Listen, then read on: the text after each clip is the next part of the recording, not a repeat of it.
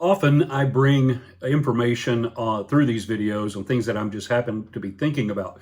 But sometimes through conversations with others or questions from other people, it gets me thinking about a given topic. And recently in a conversation with my pastor, Tim Ingram, he asked me if I would consider sharing some thoughts on how you can actually lead when you don't have the title leader. In other words, you're part of a team, you're part of an organization, you're in a structure of some kind, or you're an employee, you're a volunteer perhaps. How can we have influence, which leadership basically is influence? How can we have influence in our team, our organization, our company or business when we don't have that title as leader? Well, I want to share with you some things, and I think this will probably unfold over more than one of these videos because I have quite a few thoughts in my head, but I want to just share three to get us started on this topic. And here's one way. Number one, you can be a leader without the title by being an example. You can lead by example. That's right. You demonstrate the strong work ethic that people want from the organization or the team. You're going to step up. You're going to be that person who is on time, that person who meets deadlines, that person who is consistently delivering high quality work.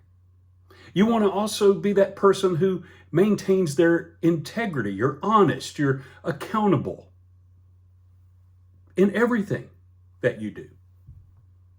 The other is that you're positive. These are the examples you want to set. If you want to have influence in the team when you don't have the title of leader, you can lead by example. And that example needs to be one that's positive. While everyone else may be stressing out about this, we can't do that, we can't, and negative and just identifying problems. Be the person on the team who's positive. Be calm in the stressful moments. Bring an optimistic attitude and inspire others that we can do this. If we work together, we work hard, we can get through this, we can do hard things. These are some of the examples that you can be on your team or within your organizational structure that will cause your influence with them to increase. Here's a second word. The first word is example. The second word is initiative. Yeah, taking initiative. Basically, I'm saying volunteer for some responsibilities.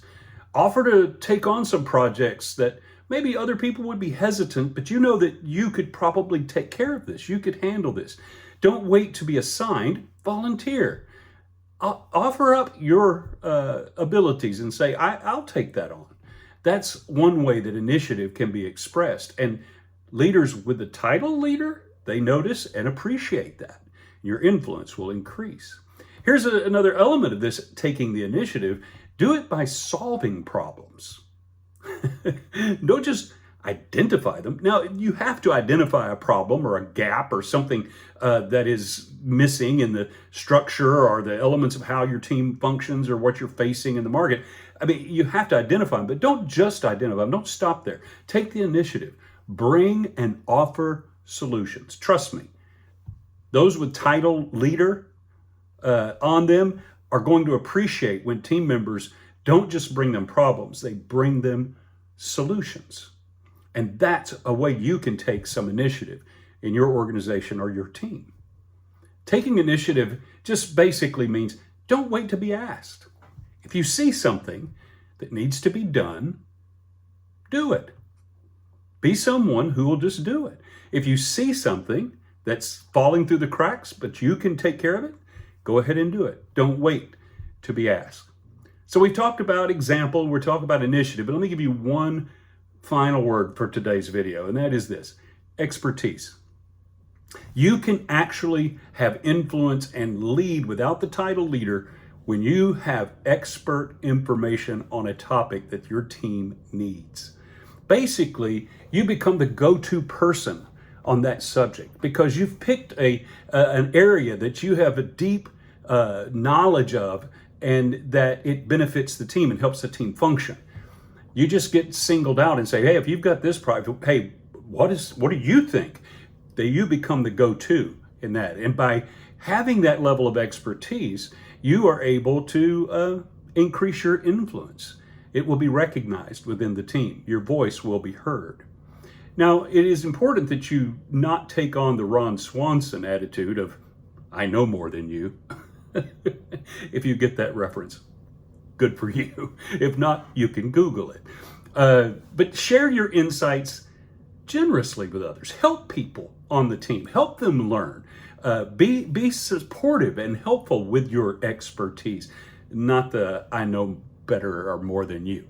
Don't take that approach. That won't help your leadership. But when you choose to be an example, lead by example, and lead with initiative, and bring your expertise, you are going to have influence on whatever team, department, organizational structure that you're a part of. And those with the title leader are definitely going to notice, and you're going to see your influence grow. Stay tuned. More thoughts on this to come real soon.